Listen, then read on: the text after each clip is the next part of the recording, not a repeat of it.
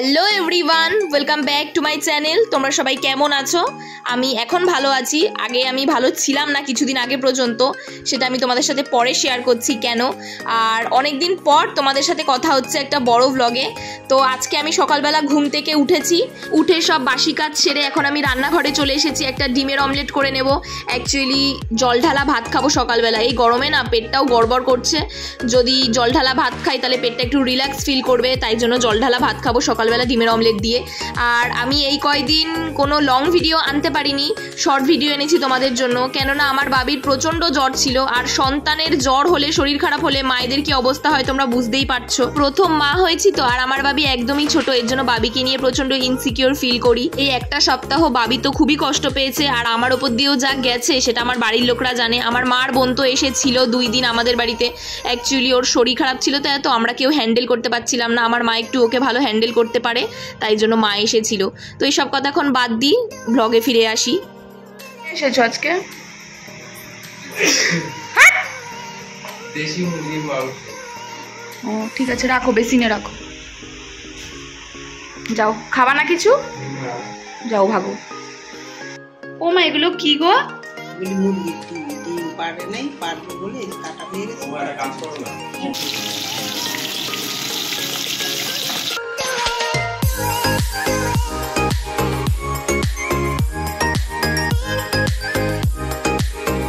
সকাল থেকে উঠে আজকে কাজের পর কাজ করে যাচ্ছি, মানে কাজের শেষই হচ্ছে না। আর যা গরম পড়েছে, এই যে গরমের একদম বেস্ট খাবার।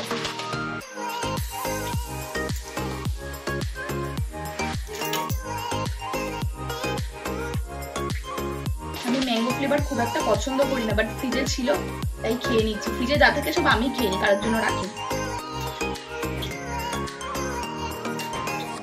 বাবিকে ঘুম পাড়িয়েছি, ও এখন হচ্ছে 12:30 বাজে। উঠলেই স্নান করাবো।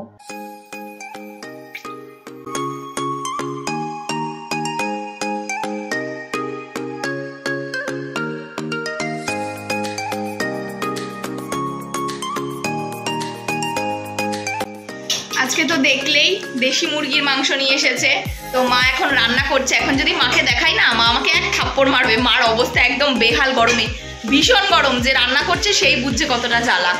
আমি তোমাদেরকে মাংসটা দেখাচ্ছি। হ্যাঁ, কি সুন্দর কালার এসছে, ফোনে অতটা বোঝা যাচ্ছে না। একটু হলুদ তো, এবার একটু নাড়া দাও।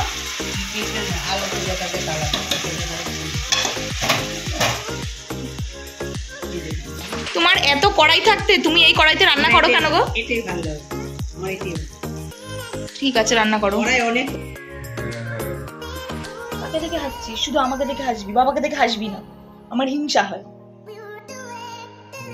ওর বাবার কাছে এখন দিয়ে আমি ওপরে জামা কাপড়গুলো আনতে যাই। ধরো ওকে। একটা জামা পরে না যে ভিডিওতে নেব। গরমে আবার কি জামা পরবে, মানে ছেলেদেরই তো ভালো না। এ ধরো না, ধরো। ভাই রে ভাই, গরমের একটা লিমিট থাকে। এই গরমটা তো নিজের লিমিটই ক্রস করে ফেলছে। জামা কাপড় যদি রোদে দিয়ে আসি শুকোতে, আধ ঘন্টার মধ্যে শুকিয়ে পুরো কাঠ হয়ে থাকছে। এত রোদ, রোদে যাওয়াই যাচ্ছে না। দেখো, গামছা মাথায় দিয়ে রোদে গেছি। দেশি মুরগির মাংস এত শক্ত, মাকে আবার প্রেসারে দিতে হয়েছে। প্রেসারে না দিলে সেদ্ধ হবে না, সেদ্ধ ঠিক না হলে খেতে ঠিক ভালো লাগে না। আলুগুলোর মধ্যে দিয়ে দেবা? ও আচ্ছা, 2-1টা সিটি মেরে তারপর। আজকে রান্না করেছে হচ্ছে মা দেশি মুরগির মাংস। আর ওখানে যে পরোটার মতো জিনিসটা দেখছো, অ্যাকচুয়ালি ওটা হচ্ছে মুরগির পেটের থেকে যে হলুদ হলুদ ডিমগুলো বেরিয়েছে দেখালাম, সেইগুলো মা পেঁয়াজ দিয়ে ভেজেছে, তাই ওরকম পরোটা হয়ে গেছে। আর আজকে আগে লাঞ্চটা করে নিয়েছি, তারপর এই রান্নাঘরটা গুছোতে আসলাম। মাকে বললাম যাও তুমি স্নান করে নাও, বাবি যেহেতু ঘুমোচ্ছে, এই সুযোগে আমি রান্নাঘরটা গুছিয়ে নিই। আমার দুষ্টু ছেলেটাকে এখন চোখের আড়ালি করা যায় না। এখন একটু একটু হামাগুড়ি দিতে শিখেছে তো, মানে খাটের এ প্রান্ত থেকে এ প্রান্তে এক লাফ মারে। মানে ওর সামনে সবসময় একজনকে বসে থাকতে হয়। ও ঘুমালেও, মানে যদি এসি চালিয়ে দিই দুপাশের দরজা আটকাতে হয়, তো ঘরে একজনকে থাকতে হয়। কখন উঠে টুক করে খাট থেকে পড়ে যাবে, প্রচন্ড ভয় লাগে। এখন বাজে হচ্ছে সন্ধ্যে 7:30। এখন আমি গা ধুয়ে আসলাম। গা ধুয়েছি বললে ভুল হবে, একদম মাথায় টাথায় জল দিয়ে আসলাম। এত গরম, নেওয়া যাচ্ছে না, এত গরম। এসির থেকে বেরোলেই মনে যেন গায়ে আগুনের গোলা ছুটছে। আর বাবি ওর ঠাম্মার সাথে খেলা করছে ওই ঘরে। আমি এখন একটু ছাদের থেকে ঘুরে আসবো, দেখি যদি একটু হাওয়া পাই। কে করছে? কি করছো? খেলা করো, হ্যাঁ খেলা করো এখানে ঠাম্মির সাথে। আমি একটু ছাদে গেলাম, তুমি খেলা করো।